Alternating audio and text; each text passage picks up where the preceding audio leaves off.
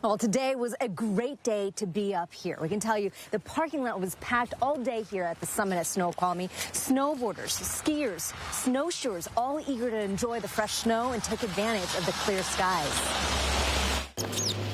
It's the sound of people eager to take it all in. It's just like fresh powder right now. There's like absolutely no ice. Fresh powder and clear skies. Beautiful out, sky's clear.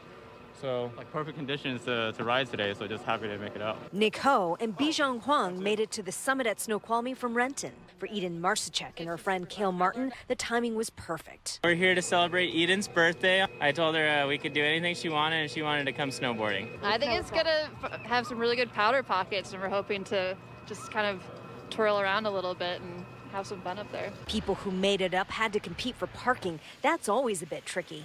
As packed as the parking lot was at Summit West, operators reassure us that they take extra precautions to maintain safe social distancing guidelines. We do limit lift ticket sales. And everyone is required to mask up. And it's important to wear it in the lift line, in the plaza, basically anywhere at the mountain. The only place you don't have to wear it is while you're skiing down the hill. According to authorities, there was 13 inches of new snow in 24 hours at the bottom of Summit West, 19 inches in the last 24 hours at the top of Alpental. That means a lot of extra avalanche control work for crews early Saturday morning.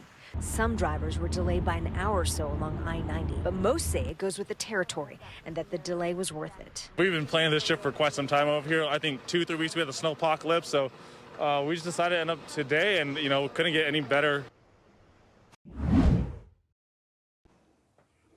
Yeah, guys, now we still need to wait on the Western States Review Work Group to check over the vaccine, make sure that it's still effective and good to use here in the West Coast of the U.S. But I spoke with one of the members of that group this afternoon who says this will make a major difference in getting shots into people's arms.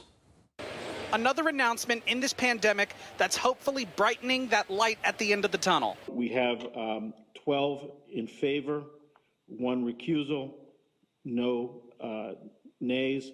The interim recommendation passes. Just like that, the FDA and the CDC's Advisory Committee on Immunization Practices have given their stamps of approval for the Johnson & Johnson vaccine.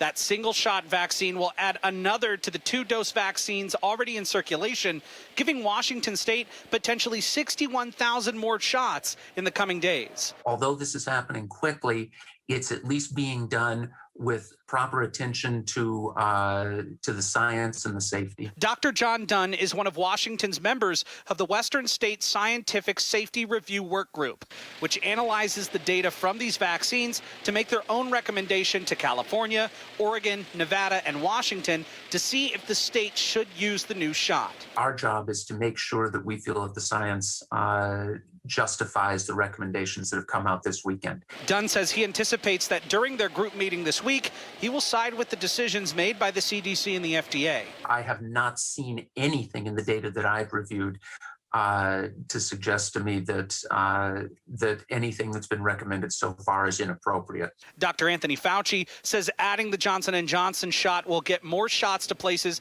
that may not have been able to house the other ones in colder temperatures or don't have the capacity to go through 2 rounds of inoculations. We want to get as many people vaccinated as quickly and as expeditiously as possible. But first this afternoon, an 18-year-old is dead tonight, and at least one shooter is on the run after gunfire erupts in Puyallup. Yeah, it's a story we are following. Police say it happened early this morning at a house party in the city's South Hill area. KOMO's Cole Miller joins us now live with an update from the sheriff's office. Cole.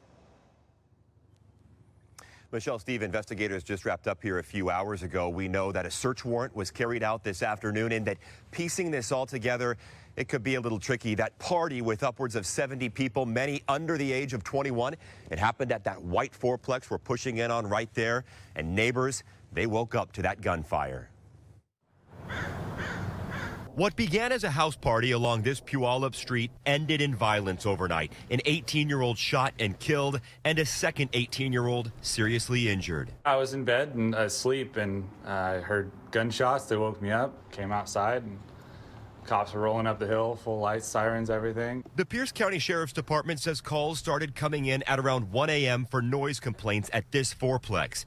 2 hours later, a fight in the streets, and then that shooting started. Roughly 70 people, many of them teenagers, still here when deputies showed up. It was kind of a chaotic scene. There was lots of cars still blocked in over there. There was tons of people running around. Gauze pads left behind, that teen rushed to the hospital where he later died. Detectives now trying to figure out if there was more than one shooter. But when it's a big party with a bunch of strangers who don't know other strangers, the witnesses don't know the victims, the witnesses don't know the suspects, the victims might not know the suspects, and back and forth. It takes a little bit longer to piece together. In the meantime, shaken up neighbors are trying to make sense of it all. One telling me he's now looking to move.